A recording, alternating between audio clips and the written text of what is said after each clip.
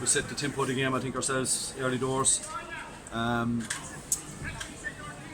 think we, what we were trying to probably do for the last 2 years, which we didn't do, was just get our setup right, our process right, and we got it right today from the very word go, and fellas stuck to it from start to finish. I think we really worked very, very hard, and our use of the ball was exceptionally good today. I think we didn't waste very much ball, and if we did turn over, we went back and got it back again. Up front, I think we created great space, and the boys attacked the space really hard, and our efficiency up front was probably the best it's been all year as well. John, did the implications of a defeat really concentrate the minds today? The implications of defeat? Of a defeat.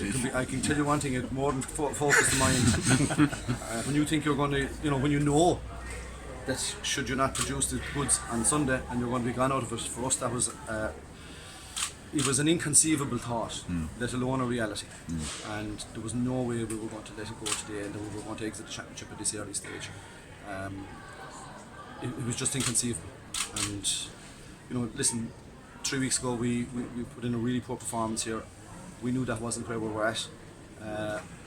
We had to build for 2 weeks to get the performance last Sunday below Watch Park, to give ourselves a chance here today, and it was hugely important that we gave ourselves that chance coming back to our own home ground with all our support here as well.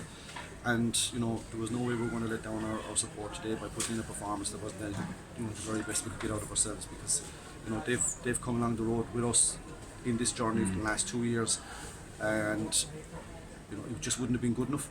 It's simple as that. 2 home games, you've got to fucking produce the goods, and it's just simple as that. There's no getting away from that. So that was a huge motivating factor for us as well, and obviously Clare have beaten us for the last 3 years as well, so there was a lot of motivation there. You came here today expecting the battle, but you didn't get that. Were you surprised at how you I'll tell you one thing, that might be what you might say reflecting on the scoreline, but listen, if you think back on, I'd say 3/4 of that match, some of the stuff was ferocious in the first half. Ferocious. Fellas were coughing up ball and tackles left, right and centre because they were being hit hard. It was really, really physical. In that middle third, it was very congested as well. You'd have seen fellas turn back out of that area trying to recycle the ball around it, because there was just so many players in there. And even both teams played a lot of ball down the wings into the spaces. Why? Because they were forced into doing that. So, I don't accept the fact that we didn't get a fight. We got the fight, but we absorbed it for 3/4 of the game, and we came out the right side of it, and that's what happened there. Was that the most pleasing thing? You weren't just winning the 50-50 balls, you were in the 60-40s, the 70-30s, and you snuffed up a couple of goal chances that they had early. There was some tenacious. Yeah, they had some good goal scoring chances, but you've got Peter Duggan, John Conlon, Shane O'Donnell knocking around the full forward line. They're going to create chances, especially if they get possession. So the boys had to really commit themselves and put their bodies in the line to block some of those shots that were going down. There was some heroic defending there at times, putting their bodies in the line, trying to get the ball back out. Was that the best Limerick have played on your watch? It's probably one of our better performances, right? Yeah, it's one of our better performances. I would say it's one of the better ones. I'll put it up there.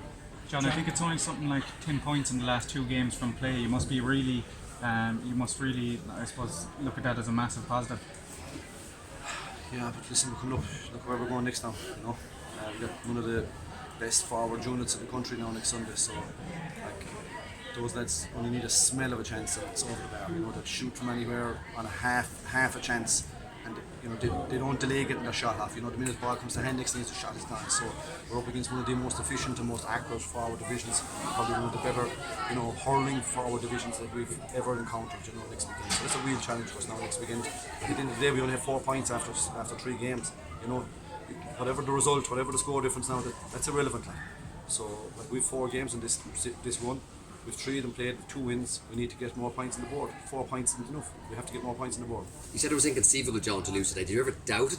You ever, was there any fear of it? Listen, there's always the chance that you might get it wrong, or that you might overcook it, whatever it might be. Sometimes it can almost mean so much to you that it's too much, and you don't perform. We focused. We kept totally away from any emotive issues this week, and we totally focused on the practical elements of our performance. We stayed away from the emotion and focused on getting ourselves right on the pitch and doing what we had wanted to do in the past but didn't do against them. Yeah, and they clearly delivered on that then, yeah? They absolutely did. All credit to the players. They found themselves in a really difficult place 3 weeks ago, They've dug themselves out of a hole last week to give ourselves a chance this week. This week they've kept on digging to get themselves out of a bigger hole, if you like, in terms of trying to stay in the competition, stay in the game, in the championship. So, you know, we've more work to do. That's the bottom line. We only have 4 points, but we've more work to do. It's all credit to players. They've just been fantastic. They've worked so hard in the last month. John, next Sunday it's more about getting into the months of fun. We're virtually September through after today. I can tell you the consequences of the result in any of these games. The only one that really bothered me was the fact that we might be out of the championship if we didn't win today. That bothered me. As regards what the outcome is of any performance of any game, it doesn't matter who to me, because all I want is to keep playing well, performing well, and we know then we'll get a chance to move on to the next phase of the competition. The consequences of it being a Munster final or anything else are irrelevant to me. I don't think like that. We don't think like that. We want to go to Thurles and put in a really credible, honest performance against one of the best teams in the country right now, and that's the challenge for us this week. John, you made 2 changes last week, another one this week. You know, you probably have a load of players there all fighting for the 15 positions that are there. How good is that for you as manager?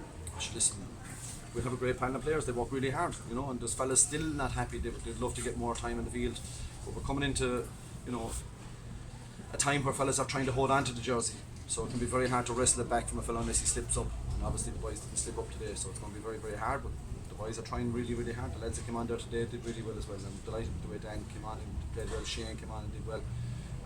Darragh Donovan came on and did well. You know, it's been really good to get those guys in the field and to get them playing well.